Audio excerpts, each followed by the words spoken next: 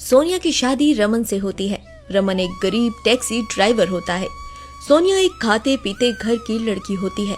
जब वो शादी करके अपने ससुराल आती है तब वो इतनी मोटी नहीं होती, लेकिन ससुराल आने के बाद वो बहुत ज्यादा मोटी हो जाती है, क्योंकि वह दिन भर खाना खाती रहती है, जिससे उसका वजन बहुत ही बढ़ने लगता है और वो बहुत मोटी हो जाती है।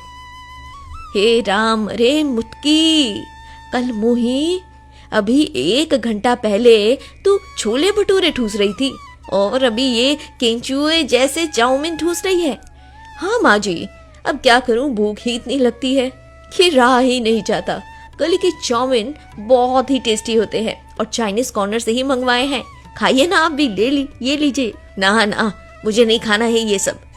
पति खून पसीना एक करके मेहनत करता है और घर पर पैसे लाता है, और तू उन पैसों का यूं ही राशन खत्म करके और बाहर से खाना मंगवा के सत्यानाश करती है। माँ जी, आप मेरे और मेरे खाने के बारे में कुछ मत बोलिए। मेरा पेट है, मेरा मुंह है, मेरे पति के पैसे हैं। मैं कुछ भी खाऊं, कितना भी खाऊं, आपको क्या? ज्यादा कैंची की तरह जबान मत चला, वरना 1 मिनट में काट कर फेंक दूंगी तेरी जबान, नालायक कहीं की। अरे यूं ही खाती रहेगी तो एक दिन गुब्बारे की तरह फूल जाएगी। हाँ, फूल जाऊंगी।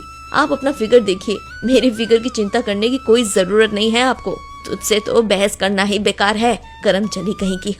सोनिया हर 1 घंटे में कुछ न कुछ पकाती रहती है या फिर कुछ न कुछ ऑर्डर करती रहती है। बेचारे पति की आधी कमाई तो उसकी बीवी साहिबा खाने में ही उड़ा देती है। अब बीतते दिनों के साथ साथ सोनिया बहुत ज्यादा मोटी होने लगती है, लेकिन फिर भी उसके ओवर ईटिंग की आदत नहीं जाती। सोनिया, देखो तो कितनी मोटी होती जा रही हो तुम। तुम्हारे तो कपड़े भी फिट नहीं हो रहे हैं। तुम अपने ओवर ईटिंग पर थोड़ा कंट्रोल करो। वही इसे कहकर थक गई हूँ मैं रमन बेटा। अरे कोई भी चीज हद से ज्यादा की गई अच्छी नहीं होती। रमन, अब तुम्हें भी मेरे खाने पीने से दिक्कत होने लगी है क्या? अगर ऐसा ही है तो कह दो मुझे, चली जाऊंगी मैं अपने मायके। नहीं सोनिया, मैंने ऐसा तो बिल्कुल भी नहीं कहा है। तुम मेरी बात का बुरा मत मानो, अब बस खाने पर कंट्रोल करो। सोनिया रूठ जाती है और रूठने के चक्कर में वो ढेर सारी आइसक्रीम और चॉकलेट मंगवाती है, और साथ ही पिज्जा बर्गर भी। ये लीजिए मैम, पूरे 1500 रुपए हुए हैं।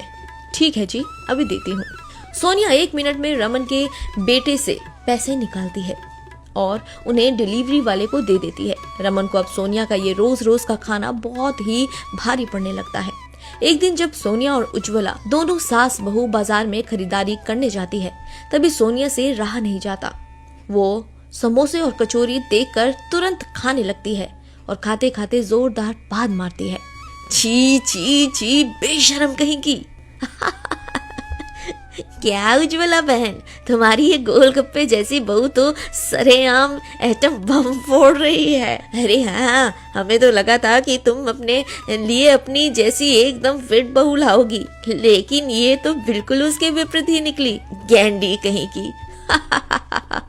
जाओ जाओ, ज्यादा खी खू खू करने की कोई जरूरत नहीं है। खुद को देखो, खुद भी तो भैंस जैसी फैल रही हो। बात करती हो। घर जाने के बाद, अरे ओ महारानी, तुझे तो कोई फर्क नहीं पड़ता है, कोई तुझे गैंडी बोले या कोई तुझे गोलगप्पा बोले, लेकिन मुझे बहुत फर्क पड़ता है। एक बहू अपने ससुराल की इज्जत होती है, और तूने तो हमारी इज्जत पूरी तरह मिट्टी में मिला दी है सोनिया बहू। लेकिन माँ जी, अब बांधना तो नेचुरल है, उसमें क्या हुआ? तू दिन में 50 बार बांधती है और पूरे घर को प्रदूषित करती है। बहू, ये इतना हद से ज्यादा खाना और लगातार भागते रहना तुझे बहुत भारी पड़ सकता है, इसीलिए वक्त रहते ही अपनी इस गंदी आदत को ठीक कर ले। माँ जी, मुझे आपकी सलाह मशवरे की कोई जरूरत नहीं है। मुझे जो खाना है, जो करना है, मैं वही खाऊंगी और वही करूंगी। मुझे किसी की बात का कोई फर्क नहीं पड़ता, समझिए आप। सोनिया एटीट्यूड दिखाकर वहीं से चली जाती है।